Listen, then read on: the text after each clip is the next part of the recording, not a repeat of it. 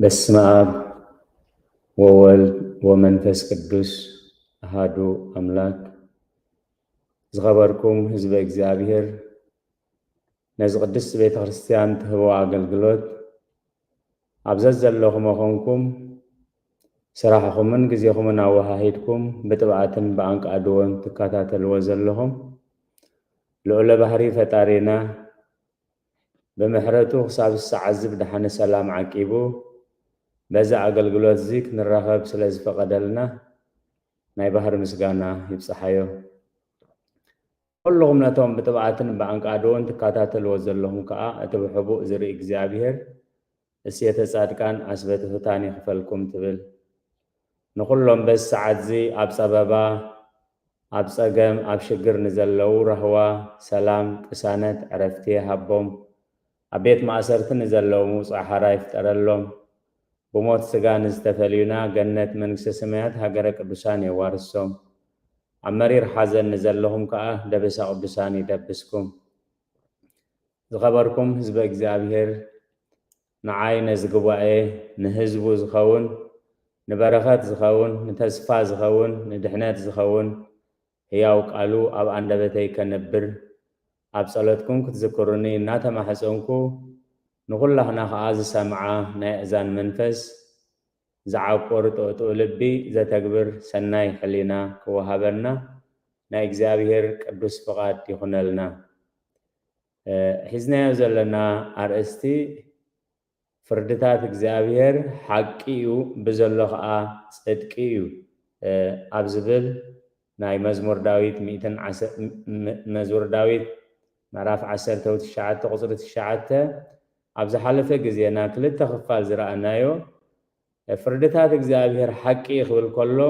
ካልእ ሓቂ ዘይኮነ ናይ ሰብ ፍርድታት ናይ ሰብ ውሳኔታት ስለ ዘሎ እዩ። ናይ ሰብ ከዓ ሰብ ሓቂ ዘይውስነሉ ወይ ሓቂ ዘይፈርደሉ ምክንያት ከዓ ገለገለ ኣብነት ዝኾና ነጥቢ ርኢና ቀዳማይን ካልኣይን ክፋል።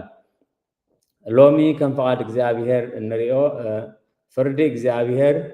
ኣብ ልዕሊ እቲ ሓደ ወዱ ዝብል ኣርእስቲ ኢና ክንርኢ ደጊመ ኣብ ጸሎትኩም ክትዝክሩኒ እምሕፀን። ብዙሕ ግዜ ፍርዲ እግዚአብሔር ክበሃል ከሎ እግዚአብሔር ኣብ ልዕሊ ጻድቃን እግዚአብሔር ኣብ ልዕሊ ሓጥኣን ዝውስኖ ውሳኔ ጥራይ ኮይኑ ዝስማዓና መዓልታት ውሑድ ኣይኮነን እዩ። እቲ ቀዳማይ ፍርዲ እግዚአብሔር ቅዱሳት መጻሕፍቲ ቅዱሳን ኣቦታት ዘድንቕዎ ግን እግዚአብሔር ከም ኣምላኽነቱ ዘይኮነስ ብምሕረቱ ብለውሃቱ ስለተበጃውነቱ ኣብ ፍጡራቱ ዝህቦ ውሳኔ እዩ። እቲ ቀዳማይ ግን ኣብ ልዕሊ እቲ ሓደ ወዱ ዝወሰኖ ውሳኔ እዩ። እዚ ውሳኔ እዚ ልበ ኣምላኽ ዳዊት ኣብ 119:39 ፍርድታትካ ሰናይ እሞ ነቲ ዝፈርሖ ፀርፊ ያርሕቐለ ይብል። ከሳሲ ኣሕዋት ከም ዝብሎ ብራእየ ዮሃንስ 12:10 ንመጀመርያ ግዜ ሰይጣን ምስ ኣጋገየ ምስ ተሳሓተ ንመጀመርያ ዝኸሰካ ምስ ኣምላኽ ኣይተራኸብን ኢኻ ስርዓተ ኣምላኽካ ትእዛዝ ኣምላኽ ገሂዝካ ኢኻ ሎሚ ናተይ ግዙእ ኢኻ ትኸውን ሎሚ ኣብቲ ኣነ ዝሳቀዮ ምሳይ ክትሳቀ ኢኻ ዝነብር እንዳበለ ናብቲ ተስፋ ምቁራፅ ስለዚ እቲ ካብ ኣጋንንቲ ዝመፅእ ፀርፊ እቲ ካብ ኣጋንንቲ ዝመፅእ ባርነት ንኸድሕን ካብኡ ንኸድሕነና ዝወሰኖ ውሳኔ እዩ። እዚ ውሳኔ እዚ መዓሲት ውሳኔ ኣምላኽ ፍርዳ ኣምላኽ ፍቕሪ ኣምላኽ ምሕረት ኣምላኽ ዝግለጽ ኣብ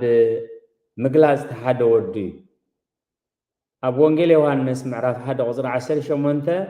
ሓደ እኳ ንኣምላኽ ዝረኣየልዎን እቲ ኣብ ሕቑፉ ኣቦኡ ዘሎ ሓደ ወዱ ንሱ ኣጋሃዶ እዩ። ኣብ ብሉይ ኪዳን እውን ምሕረት ኣምላኽ ኣይነበረን ፍቕሪ ኣምላኽ ኣይነበረን ማለት ኣይኮነን። ግን እቲ ናይ ተበጃውነት ናይ ድሕነት እግዚአብሔር ንኣዳም ከይተሰገወ ከይወረደ ከይተሳቀየ ከይተቐብረ ከድሕኖ ይኽእል እዩ። ብኣምላኽነቱ ከድሕኖ ይኽእል እዩ። ንእግዚአብሔር ዝሰኣኖ ነገር የለን። ከምኡ ገይሩ ከድሕኖ እናኸኣለ ከሎ ደኣ እግዚአብሔር ስለምንታይ እዩ ሓደ ወዲ ክስጎ ከም ሰብ ክመስል ከም ሰበብ ብንእሽቶ ክዓቢ ኩሉ ሓሳረ መከላ ክቕበል ስለምንታይ እግዚአብሔር ነዚ ፍርድ እዚ ነዚ ውሳኔ እዚ ወሲኑ እዩ።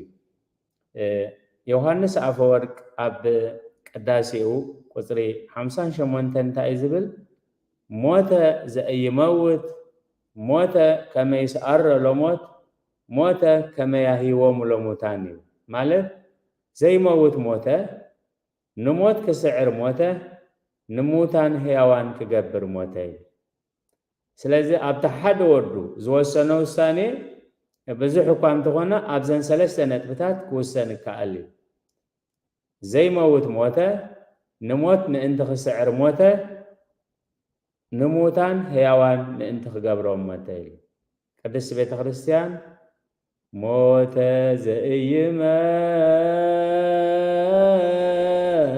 ዘኢይመውት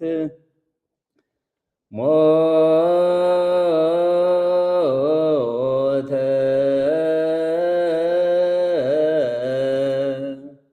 ከመ ይስዓሮ ለሞት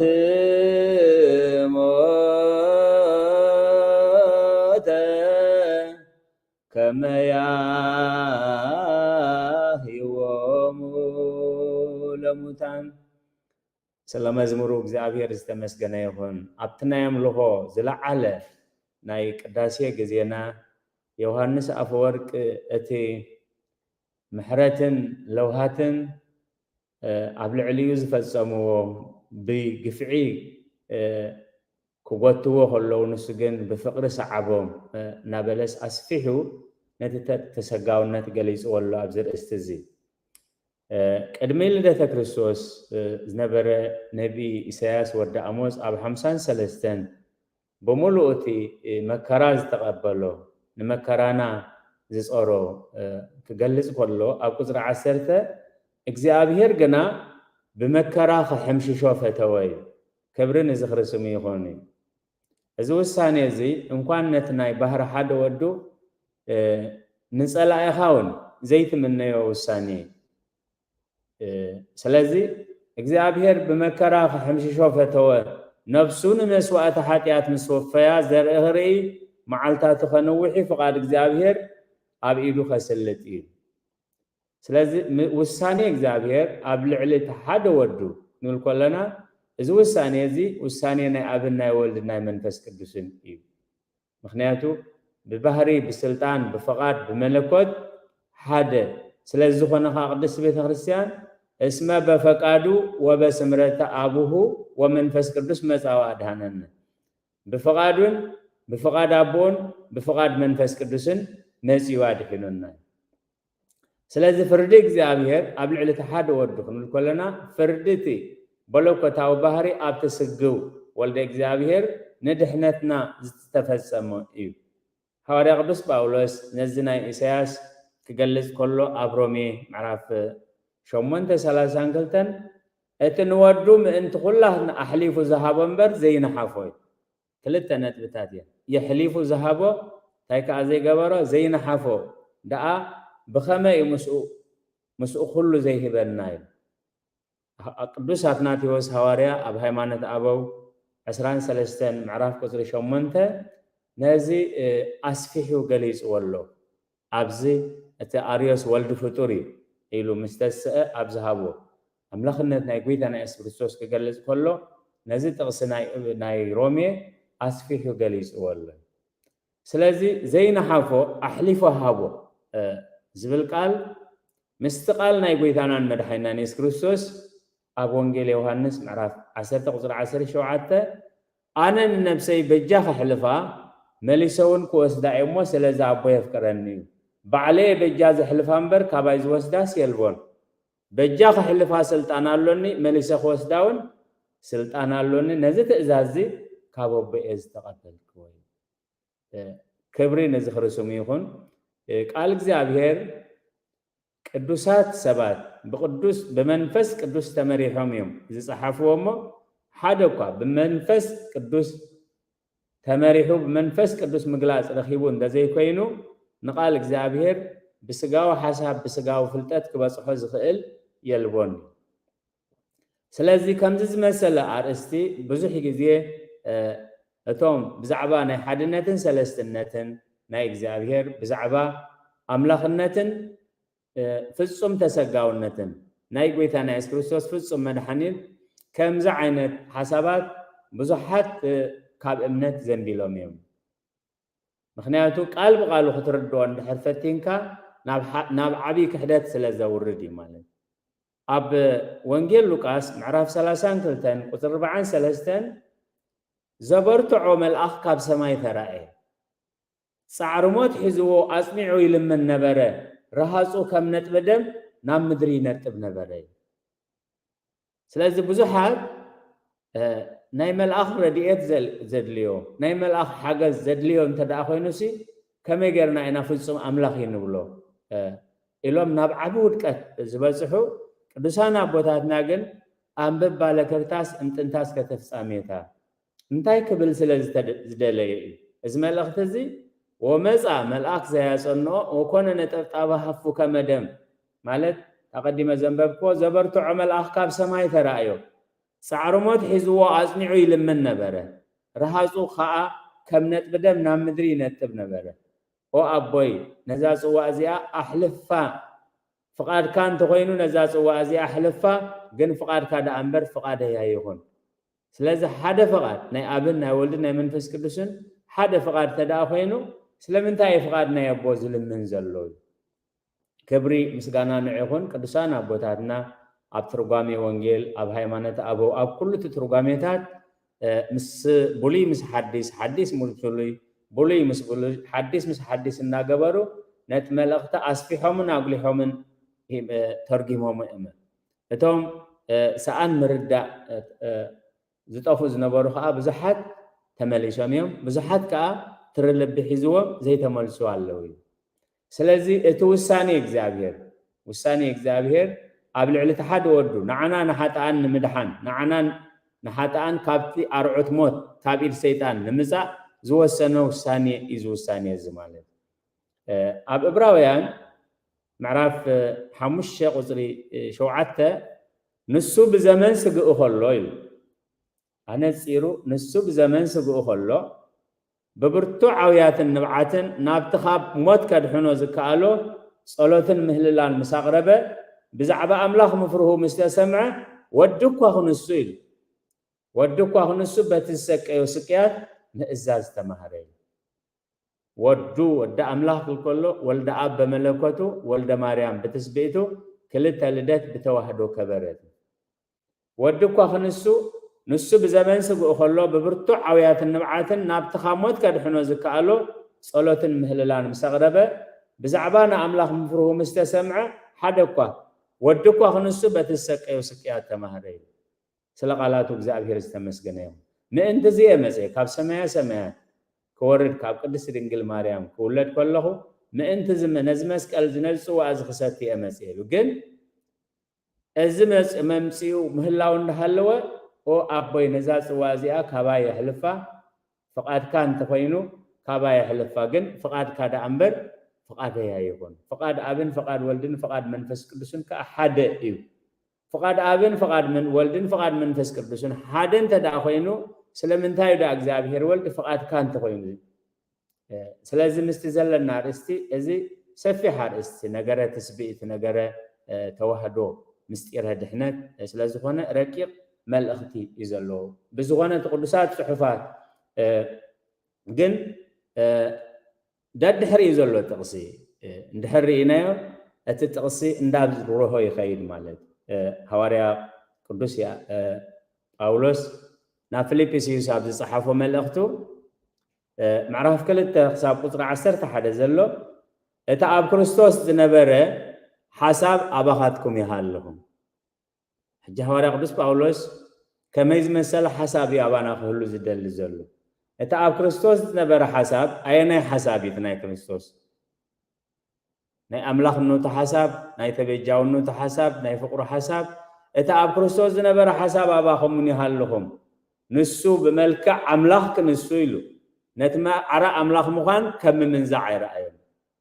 ስለዚ ብባህርየ መለኮት ፍጹም ኣምላኽ ማዕረ ቦን መንፈስ ቅዱስን ከም ዝኾነ ክገልጽ ነቲ ማዕረ ኣምላኽ ምዃን ከም ምንዛዕ ይረኣዮም። ملكع باريا وسيدو رؤسو أحسره سبون مسألة بنبرته 5 كوين ترخبي رؤسو خسع موتا حتى كسع موتا مسكال قادات عززي سلازغا أب سماياتنا مدرن أب تحت مدرن زلق كل بركة باسم إيسوس من انتخم بركة لسان زبلون نخبرك زي أبي رابيلو إيسوس كريستوس قويتا مغانخ إمانيو أملاخ نابلع لكل العل زبلو كاب كله سم العل زبلة سمون هابوي كبري مسقانا نوعيهن سلازي نزي مالخ تزون بملكة أملاخ كنسو نتمعر أملاخ مغان كما منزع رأيون زبل بحافش أنا زمالخ تزي قدوس أثناتيوس أب هيمانة أبو معرف 15 قصر 10 سفيح مجلسي هيبول الليل سلازي تفرجك زعبير قبل على تحد ودو كسجو خاب سمايات كورد نقول له حسارة مكراخ صور أمورد أتخاء أب مسكال هوتو خفيلو لنفسات كبيجوز وسنو والثاني نعنا ندحنتنا نعنا نفقرنا خون كله كابزي انتايو تماهرنا كابزي اتون قدوسان ابوتات انتايوم تماهرو نتا اب كريستوس نبر حسابات اباخموني هالهم قبل كله بخمه يابانا كهلو اتوم قدس بيت كريستيان قدوسان تبلو نزي غويتا ابلح حد ورد زوسنو ابغزا ارسون كميم زوسنو نيرو مخنياتو توم قال እግዚአብሔር ዝነገሩهم መራሕትهم ዘክርዎ ከመይሎን ከም ዝነበሩ ከመይሎን ከም ዝሞቱ ከዓ ርኢኹም ከዓ ኣሰኣሰር እምነቶም ሰዓው ሎሚ ካብቶም ንጎይታ ዝመሰልዎ ሓሳብ ክርስቶስ ኣብ ህይወቶም ዝሓዙ ቅዱስ ቤተ ክርስቲያን ኣቦታት ቤተ ክርስቲያን ኢላ ትጽውዖም ኣቦና መቃርስ ዓቢ ክንርኢና ሰለስተ መቃርሳት እዮም ዘለውና እታ ሓደ ኣቦ መቃርስ ዓቢ ተባሂሉ ዝፍለጥ ኣብ መጽሓፈ ስንክሳር መጋቢት 27 بملؤ تاريخهم تزرزيرلو أبز معرف زي أبقصري 16 تايزبل وكون يجلس على نفسه ويبل أو مقارس نهو كون لك بأسيت ودجك إذا الوك كما تتجبر مع التوليليتي لنفسه قصص أخلو أو مقاري إنه لومي سبيت الله تكا ولد الله خامو ليتن معلتن كتسرح يجبأ كاي نابله لنفسه يقصص أنا بري إذا تاريخ زخمايو تدايلنا أب قدسنا هيوت أمونكسنا هيوت أب صلوتن صلوت صمون تساميدو كله حنت قالن السيتي حدا قاقات إموا نفس صورة خونمو كمان يخطانيسكي مستبهلت أتي زعم مزاسب نعين تناجر كلي قبل عليه قرآت كورد يبس لذا فرارها أزي مقارسي زبهال منقص نسيو عمي سني كاوية أنيسة نسبلت بيت سبا خمس لزي تزبيو مزيو ما بتبعتو ربنا ابن مقار عبي كدبدبو كهرمو خلو انتهي قرئت هرمو نزلهم انتهي بدلي إلهم حاتوهم مو كم زغيركا نقالنا عميس كايا دفير كايا نفس صور كوينا الله إلهم كتو خلو ملاخت أملاخ مزيوم إذا سبزي نصوه سبيو سبات تمثيلهم مالتيو بزي فلاتهم توقعوا زلهم كبلون كلو كردوا ما يكالنا حدث المسيجن أنا كوحاسو قدفوا يبلون حرايك توحاسو انتقون كا نزاع عميسوا دفيروا زلو نفس الصرقين زلا كساب علة حرسا كقلبا مس ولدت كان عان نتز تولد حسان وينتاز تولدت حسات كقلبهم بزز السما مع انتقينو بزي خاتو وحاسوي سلازيت جبار سناي بخمو توحيسوم ابن مقار صعابي كا انتاي جميروم ابتزنبروم منفساو سرح ابتزنبروم نعلتاوي من نبابروم سليانن تنقبتننا ناس فيو خسفي خلو يوم نفسهم كقصصو خلو مقاري كابلو مجميرو سبيتن ولادنا لك سلازي نزنا برازن خطالي ليتن معالتن كتسرح يقباكاي سلا نفسها خاط سرح يقباك إندابلو نتي زعلمو ويز سفيو تنقبتن سليانن نتي توحاسهم سب نتردوم إن كان نزن ختما كيدكا شيدكا نبعلت بيتي هابا نبعلت بيت هي بصحلا كبلو خلو بتعمي حزن نيرو زما بوناس نصح كلوسي كما يلوم يوم كم زبلو نابلو نسون يردو أي نبرن مكاري أبونا مكاري وسعبي ناتي قويتا زي صور ناتي قويتا زتشكملنا شخمي ناتي قويتا زي صور نذكري أما نفسهم كقصص خلو مكاري مقاين السخاء أملاح كاكوا مدحاني خاكوا كومو تباهيلو هو حليف الناولو ننفسهم بتخك سلامتاي زغول عزي وعلقو تسألمني سلامتاي زو مسابات كمزي قبرني سلامتاي كالي صور كالي شيخ مزمساني لهم حنت معلتون حسيبو ما يفلتون مخنياتو اتهاري قدس باولوس زبالو حساب كريستوس دما اب كريستوس نبر حساب اباهم يهالي سلازي تقول عنازا خطوة تدافينا مكارين هزخ قبل الله እግዚአብሔር ግን ታይ ፍርድታት እግዚአብሔር ግን ሐቂብ ሰብ ብዝመስሎ አምላኽ ግን ብዝፈልጦ ይውስን አምላኽ ግን ብዝኽእሎ ይውስን ስለዚህ ኸአዩ ጽድቂ እግዚአብሔር ሐቂው ኢልዎ ቃል አምላኽ ማለት ስለዚህ ከምዝ ገይሮም ክሳብ ዕለተ ሕርሲ ተግባር ኢዶም እናሃቡ እና ለአኹ ኩሉ ጊዜ ንነፍሶም ኦ መቃሪ نهو كنا لك بأسيت ودجك إذا لوك كما تتقبر مع التوليلي تزيام دول نيرون كل جزية كسليو نتتنقبت نتسلين كعلمو خلو نزيام زولو نتردون كا بل نتسرح مسودعو بل أزي شيتكا نبعلت بيتي هذا الليل نبعلت بيتي هابصح الليل نابلو كساب علة حرسا نجيبو ما ويك الليبو ما مالت إكزابير حكا فراديو أبعلت حرسي بزوح سلاز تسعرت 4 معلت زهون مستسعرت أديا انتاي تبلا زاغوالي قال نجر كهلوا كسي نفسخي مرمري زاغيرسي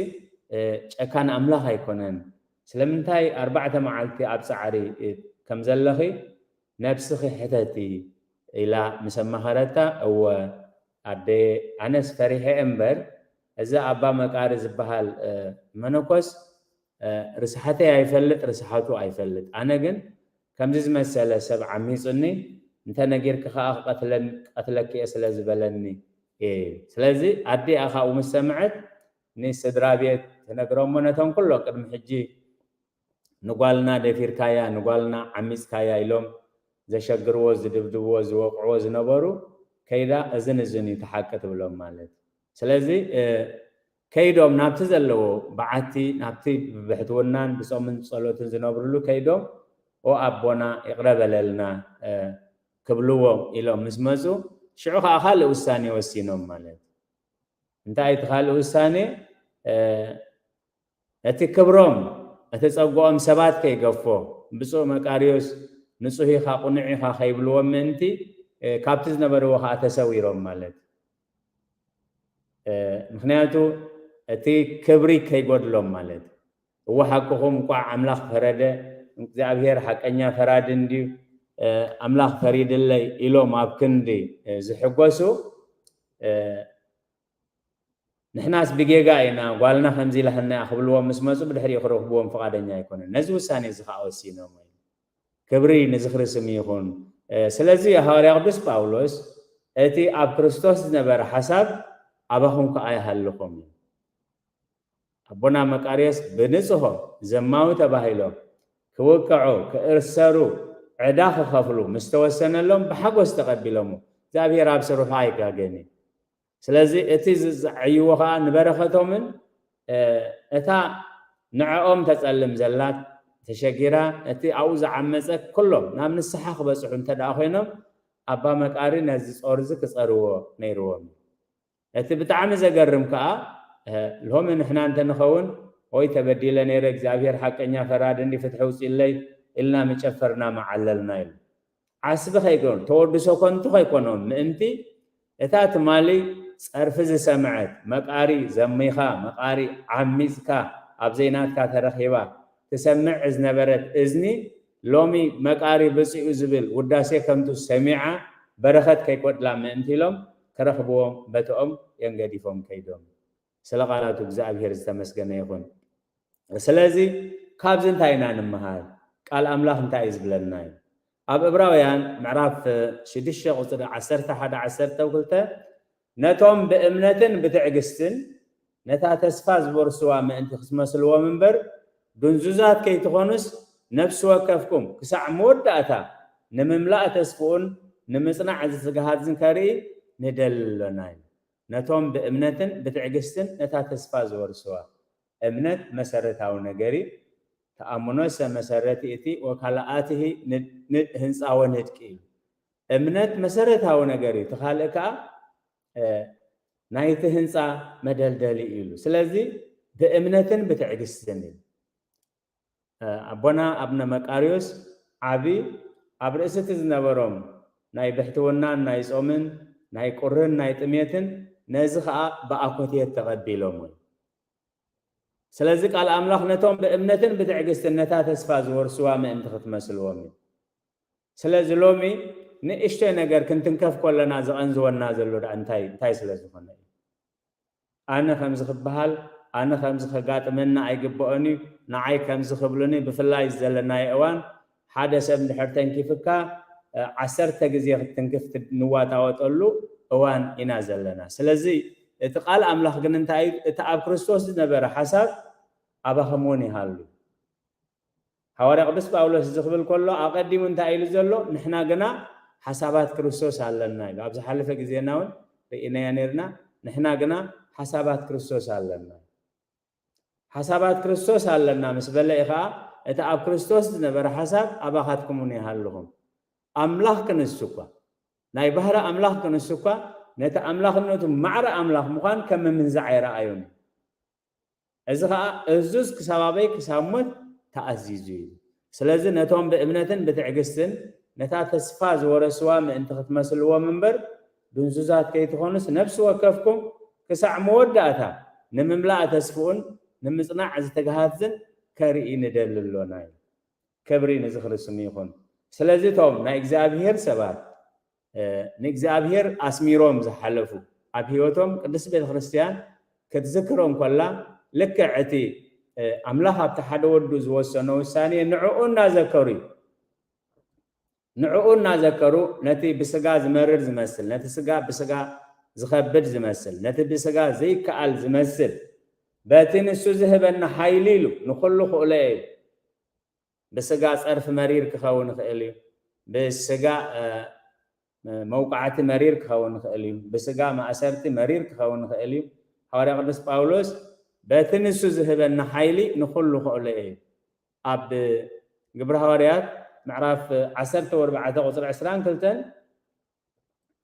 ببزوه ساما هالونا نبقى على منقس السمايات نمنقس السمايات ببزوح مكرا إنا هنا أتوزلنا أبت تاريخ بحرين رئينا معرف عسرت وربعة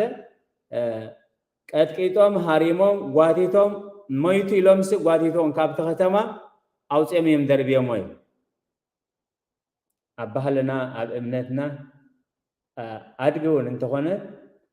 ولدنا أبا حقوتاتنا بوتاتنا أرقيت أدقت موت كلها بخبري أمز قبر وامل سلازي بخبر مقابر جاني قواسي ميتي لهم بحيفهم يوم قوتيتهم عبر أساس السقايس قوتيتهم لحركة ما أوت يومس كميلو بهوت أنيحون تعمي زقرن سلازي كلهم توم أرجعتو مقالا قلتو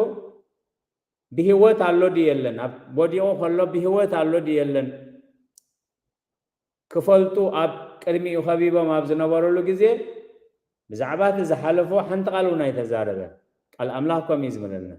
خمس جيرون كتكيتومني خمس جيرون هاريمومن خمس جيرون قاتيتومن خمس جيرون أسيرومن أيبلومن بدي لنتايلو نمن بسيس أملاك ببزح سبب إحنا أتزلنا سلازي قدس بيت خريستيان كل جزء أبناي صمر بعا زور ده صمر بعا خجمر كله إذا حساب زي حزنا نتصوم أنت نتسبعك نجمرو من أنت أما جمر يعني السيا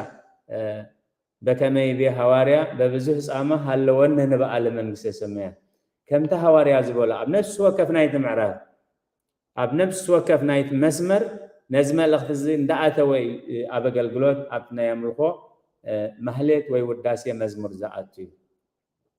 ስለዚህ እቲ ውሳኔና እግዚአብሔር አቦ እግዚአብሔር ወልድ ፍጹም አምላክ ክንሱ ፍጹም ሰብ ኮይኑ በጀካ ኃጢአት እንበላ ኃጢአት ባህቴታይ በጀካ ኃጢአት ካልእ ግን ነዚ መከራዚ ነዚ ጾርዚ ጸይሩ ያድሕኑና ነዚ ጾር ጸይሩ ተበጅና በዚ ክቡር ደም ጎይታ ኢና ድሕና ናይ ጎይታ ኢና ስለዚህ ነዚ ዝተኸፍለልናው ክቡር ዋጋ ክንጥቀመሉ እንተደኣ ኮይና ክንኮኖ ዘለና ክንሓስቦ ዘለና ክንከዶ ዘለና ክንከፍሎ ዘለና ዋጋ ከም ደቂ ኣምላኽ ግን ነዚ መልእኽቲ እዚ ኣመሓላሊፍልና እታ ኣብ ክርስቶስ ዝነበረ ሓሳብ ኣባኻትኩሙን ይሃለኹም ካብ ቅዱሳን ካብ መጀመርያ ጀሚርና ካብ ሊቀ ነቢያት ሙሴ ጀሚርና ኩሎም ኣብቲ ኣገልግሎት መንፈሳዊ ኣገልግሎት ዝነበሩ ሓደ እኳ ብዛዕባ ክብሪ ርእሱ ሓደ እኳ ብዛዕባ ክብሪ ርእሱ ወይ ከዓ ሓደ እኳ ብዛዕባ እቲ ካብ ህዝቢ ዝመጾ ኣደራዕ ዝጠመተ የለኒ ሙሴ 40 ዓመት ንህዝቢ ክመርሕ ከሎ ሓንቲ መዓልቲ እውን ትኹን ሙሴ ናይ ኣምላኽ ሰብ ኮንካ ኣገልጊልካና መሪሕካና ኣሊኻና ኢሉ ካብ ሓደ እውን ትኹን ከምኡ ዓይነት ናይ ምስጋና ቃል ሰሚዑ ኣይፈልጥን ንላዕሊ እንዳጠመተ ናብቲ ደመና እንዳጠመተ እኳ ደኣ ሓለፋት ዝጸልእዎ እንዳፍቀረ ሓለፋት ዝገፍዕዎ እናሓለየ እዩ 40 ዓመት መሪሕዎም እቲ ታሪክ ኩላህና ንፈልጦ ኢና ኣብቲ ዕዮ ዕንቅፋት ዝኾኑሉ እቶም ክልተ የማና ኢዱ ክኾኑ ዝግብኦም ካህን ኣሮንን ማርያም ሓብቱን ክገፍዕዎ ከለውን ሊቀ ነቢያት ሙሴ እንታይ ኢሉ ብግንባሩ ተደፊኡ ምጽላይ እንደዘይኮይኑ ስለምንታይ ከምዚ ይገብሩኒ ስለምንታይ ከምዚ ብድሉኒ ኢሉ ክዛረብ ኣይንሰምዖን ኢና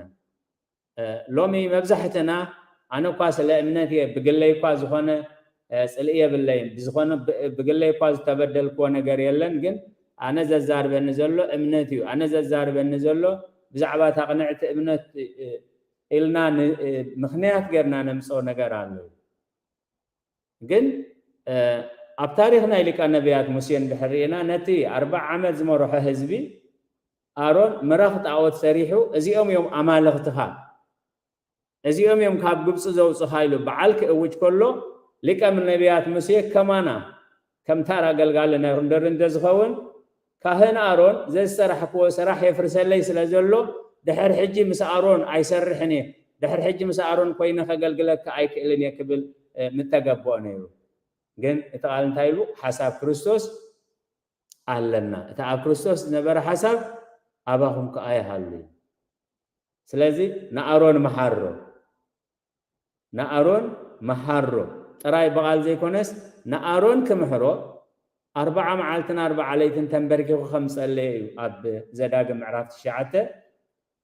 ተጻሒፉ ዘሎ እዩ ኣብ ዘህልቁ ምዕራፍ 12 ኣሮንን ሚርያምን ንሙሴ ከሓሚዎ ከለዉ ሙሴ ኣይሰምዐን ቃል ብቃል ናብ ሙሴ ኸይዶም ካህን ኣሮንን ሚርያምን ኣይተዛረብዎን ግን ኣብ ቃል ኣምላኽ እንታይ እዩ ዝብል ጠበቆኦም ብርቱዕ እዩ ኮፍ ኢሎም ከለዉ ከዓ ንምግቶም ክውዳእ ኣሎም እዩ ኣብ ምሳሌ ምዕራፍ 23 ቁፅሪ 11 ናይ ቀደም ደረት ኣይተዝብል ኣብ ግራት መበለታት ዘኽታማት ከዓ ኣይትእቶ ጠበቆኦም ሓያል እሞ ኮፍ ኢሎም ከለዉ እንታይ ክገብር እዩ ንምግቶም ክውዳእ ኣሎም እዩ ስለዚ እቲ ሓቀኛ ፈራዲ እንታይ ገይርዎም ሰለስቲኹም ናብቲ ምርኻብ ውፁ ኣነ ከዓ ብደመና ክግለጽ እየ ኢሉ ንሙሴ ባርያይ ከምዚ ጌርኩም ክትሓሚዎስ ከመይ ከዘይፈራሕኹም ሙሴ እኮ ከም ታራ ኣገልጋሊ ይኮነን ንኻልኦት ብትንቢት ብራእይ ይግለጽ ኣሎ ሙሴ እኮ ቃል ንቃል ኣፍ ንኣፍ ምሳይ ዝዛረብ እዩ ከመይ ጌርኩም ንሙሴ ከም ትኽብልዎስ ከመይ ከደፊርኩም ስለዚ ምስቲ ቃል ኣምላኽ ሽዑ ንሽዑ እያ ምርያም ብለምፂ ትህረም ማለት ስለምንታይ ንኣሮን ብለምፂ ዘይሃረሞ ንማርያም ብለምፂ ሃሪምዋ ፍርዳ ኣምላኽ እዩ ኣቦታትና ግን ሰፊሕ መግለፂ ገይሮም ኣለዉ ኣምላኽ ኣብ ዝፈቐዶ ንሕና እንተለና ኣምላኽ እንተፈቐዶ ኣብ ግዜኡ ክንሪኦ ኢና ስለዚ ስለምንታይ እግዚኣብሔር በኣና ዘይዛረብ ስለምንታይ ሙሴ እግዚኣብሔር ከም ዝብለኩም ኣሎ እንዳበለ ንግሆ نمنتاي እግዚአብሔር بأنا زي زارب إلهم نتحسابات ناي كني ناي سلطان كني جن بخالق قلبا بامسيهم ناب مسغرم رومو እግዚአብሔር نمريان بلم صهاري موال اتعاب كريستوس زنبر حساب أباهم كأيهالهم سلازي لك نبيات موسى أمر يتدفيو سلام مريم حابتو خصلي يزلوي سلام انتهي حامي غني له هاي تزاربن كم يلو حتى تواز بلاي نركبنينا أبلبون كم زبل حساب نيرواين بلنينا لك محرة دحر نمريم قبل متعزيد حين كيا أزقوا بقى يقوا عزني لون إجزابي السخانة محرة أملاخها نمريم قبل لمسا فوسا مسقوا بقى تحوشا وقعزا أخذ جملي مخنياتو لأما أهادو أبالك هم كله أبالك يهم ميلو حنت خاب أكل كانت تقنزيا كل أكل كأيز قنزيل شو عتا مع تسبي قبل مسأنا سيها نافتقوا بقى تحوشا نايتقوا بقى قعزو جميلي إتا أب كريستوس نبر حسب أباهموني هلهم فيليبي معرف كلتا قطري حموشته سلازي فردي إجزابير قبل علة حد وردك نقول لنا إزو الثانية زي كمتي عمنته وزجلزناه بزحات فرد أملاك كبهال كله زابير قبل علة حتى أنا قبل علة صار كان زفردو فردي زو السنة والثانية إنا بزا مبزحتنا نستبه المبر إجزابير بعلو إجزابير أملاك الناتو إجزابير تحد وردك زو السنة والثانية قلب قالوا بمكراخ حمش شوف فتوز بالقال سي از انكان نفتاوي خا انكان ودين تبلو انكان ناتين تبلو نحد صلايخا صلاي زمسلكاون زيت منيو نغري وساني እግዚአብሔር ግን እዚህ እሱ ስለዝሆነ ኢኻ ፍርድታት እግዚአብሔር እንታይልዎ ፍርድታት እግዚአብሔር ሐቂዩ በዘለውን ጽድቂ ስለዚህ ነዝና ዘከርና ነቶም ቅዱሳን አብልዕልዮም እግዚአብሔር ውሰን ኮሎ ውሳኔ እግዚአብሔር ፍጹም ጽድቂ نعنان تمررنا نعنان تخبرنا نعنان تزي تردانا እግዚአብሔር ግን አቡሳኒ አይጋገኒ አብጊዜ ሐዘን ይሁን አብጊዜ ውድቀት ይሁን አብጊዜ ስደት ይሁን አብጊዜ ሕማም ይሁን አብዝኾነ ይሁን ጊዜ እቶም ናይ እግዚአብሔር ቅዱሳን እዚ አብልዕለይ ወሲን ከያዘለኻ ውሳኔኻ ሐቅ ምዃኑ ውሳኔኻ ጽድቅ ምዃኑ ፈልጤ አነ ግን አይተረዳአንን ንዓይ ግን ከቢድኒ ንዓይ ግን አይተገልጸለይንሞ إلهم اتوساني سلامتاي كم زوسنو نخبرها له منبر وساني እግዚአብሔር ፍጹም መሆኑ ካለካ እግዚአብሔር ዝወሰነው ውሳኔ ንበረኸትና መሆኑ ንጥቅምና መሆኑ ምክንያቱ እግዚአብሔር ንዘፍቅሮ ይገስጾይ ንዘፍቅሮ ይገንሖይ ነትናተይ ዝበለሞ ተግሳጽ እግዚአብሔር አይትመረር እግዚአብሔር ተገጽዓከኻ ተግሳጽ እግዚአብሔር አይትንዓቂብ አብ ዕብራውያን معرف عسرته وكلته الزيت قصصي هواري قدس باولوس كاب مثالي قصري معرف ثلاثه تقيس وزلوا سلازي كبرات حزب እግዚአብሔር نازي اغلغلو زي تكاتاتل وزلهم اتوسانينا እግዚአብሔር ابلعل እግዚአብሔር ولد زوسنو وساني ندحنتنا زوسنو وساني كم املاخنته كدحننا ان خالجن እግዚአብሔር حقኛ فرادي ስለዚህ ሆነ بتز سفركم لو مسفرتك سفرلكم موت كطف انت خوينو كموت سلازلو موتان حيوان كون انت خوينو اتزي موت كموت ازي وساني املاح مخانو انا تمهرنامو نتوان بامنتن بتعقسن نتا تسفاز ورسوا من انت قتمسلو منبر بنززات كيتخونو كابز امنتن كابز تسفاسن زوص ጉዳይ ስለዘለይ ነፍስ ወከፍኩም ይሉ ከሳም ወዳታ نمملأ تسفون نمصنعن إذا تجهات زخري أجل الله سلازي بأمنتن بتعجستن متى تسفان خنورس لومي من إنتانا أب إجزابير ولد إذا توسنا وساني لومي من إنتانا أمسكال استخفل لنا وقع إن ذكرنا بأمنت كن صعبوا بجبري كن مسلو محرات إجزابير أملاخنا صلت كلهم قدسانن مس كلهنا يخون سنيلكم سلسة معكم ونتملأ تقدس بيت خريستيان እግዚአብሔር አብ ተገብርዎ ጸሎት ኩሉ ይስማዕኩም ጸጋ ጎይታናን መድኃኒናን ኢየሱስ ክርስቶስን ፍቅራ አምላኽን ሕብረት መንፈስ ቅዱስን አብ ጽርሐ ጽዮን አብ ልዕሊ ቅዱሳን አቦታትና ሐዋርያት ከም ዝወረደ ሕጂውን አብ ልዕለይን አብ ልዕሊ ኩልኹምን ዕጽፍን ድርብን ኮይኑ ይረድ ስለ ቃላቱ እግዚአብሔር ዝተመስገነ ይሁን